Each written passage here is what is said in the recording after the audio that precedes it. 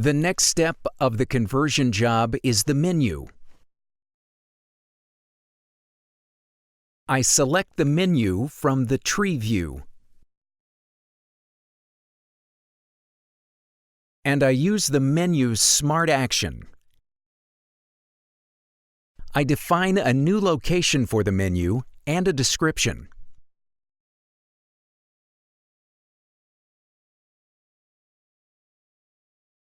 And voila, it's that simple. Now I save and export the project.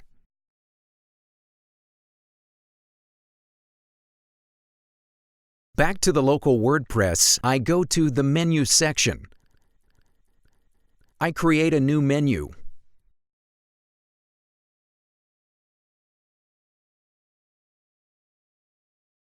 I select the display location that I have created in Pinegrow.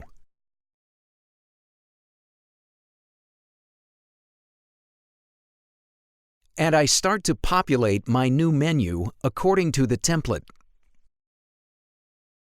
The first menu item is the Home page.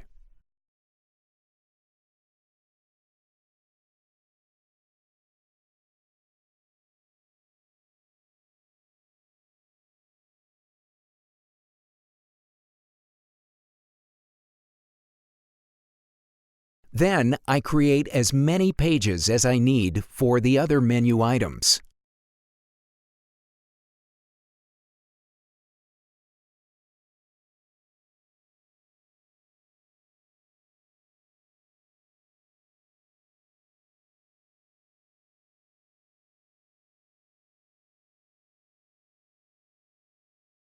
Now I can add the pages to my menu.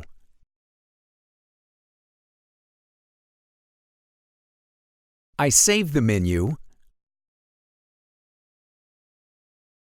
The menu is visible on the front end. I don't click yet on the items because the pages are currently empty.